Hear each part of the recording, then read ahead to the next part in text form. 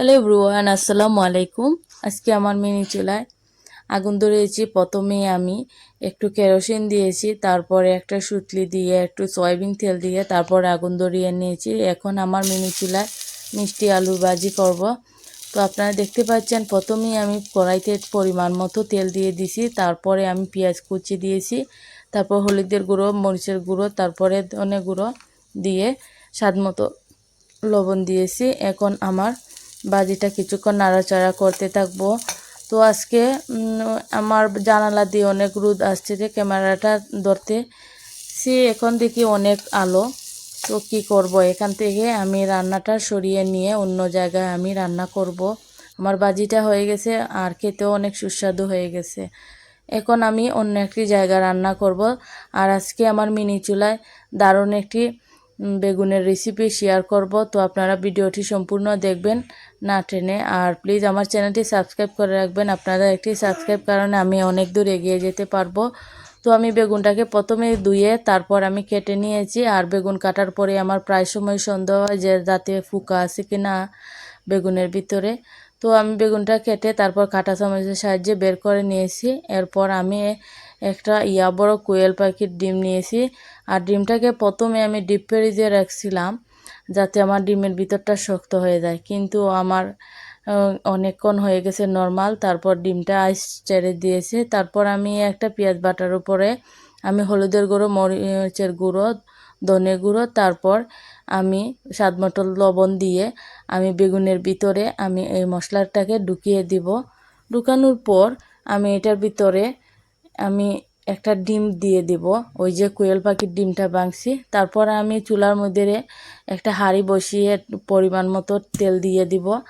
আপনারা চাইলে এইটার ভিতরে একটা আইসওয়ালা ডিম দিয়ে দিতে পারেন, যাতে ডিমটা শক্ত থাকে, তাহলে কিন্তু অনেক ভালো হবে। আমার কিন্তু এইরকম আর হলো না।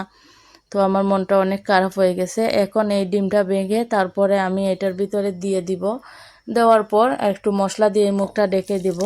এরপর আমি কিছুক্ষণ এই হাঁড়িতে বেগুনটাকে রেখে দিব। দেখেন, তারপর আমার এই বেগুনটা হয়ে গেছে। আর এইটার উপরে আমি যে মশলা আছে, মশলাটা বাকি, ওই মশলাটা এই তেলের উপর ছেড়ে দিয়ে কিছুক্ষণ নাড়াচাড়া করে তারপর আমি এই যে বেগুনটা নামিয়েছি এটাকে দিয়ে দিতে পারি। আপনারা বড় চুলায় এই ধরনের রেসিপি করে খেতে পারেন, গরম ভাত দিয়ে খেতে কিন্তু খুব দারুণ হয়েছে। আর আমার চুলার ভিতরে আগুনটাও আজকে লাকড়ি দিয়ে রান্না করম, এটুকুনি চুলার মধ্যে। আর আগুন নিমিয়ে আর ধরে তারপরে আমার বোন একটা আসছে, ও পাতা ঢুকাচ্ছে, তারপর জাল দিচ্ছে।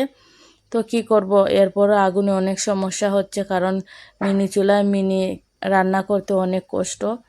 তো আমার বেগুনটা হয়ে গেছে, এখন আমি নামিয়ে নেব।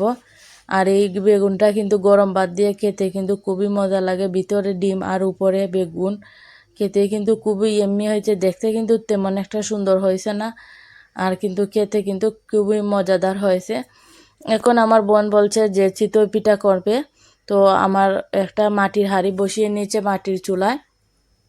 তারপর আমার বোন আজকে আমার সঙ্গে চিতই পিঠা করবে। দেখেন কত সুন্দর করে চিতই পিঠাটা হচ্ছে। আর আমার কিন্তু অনেক ভালো লাগছে দেখতেও, আর খেতেও কিন্তু দারুণ হয়েছে চিতই পিঠাটা। আর চারিদিকে অনেক মানুষ আসছে মিনি চুলার নাকি চিতই পিঠা খাবে। তো ওরা বলে যে আজকে আমার মিনি চুলার খাবার খাবে। তো আমি বললাম যে বসো, সবার জন্য একটা একটা করে চিতই পিঠা দিব, আপনারা খাবেন। আর চিতই পিঠাটা কিন্তু খুব সুন্দর করে উঠতেছে কুলার উপর থেকে, দেখতেও কিন্তু খুবই সুন্দর হয়েছে। আর খুব সুন্দর করে যে আমার চিতই পিঠাটা আমার বোনটা করে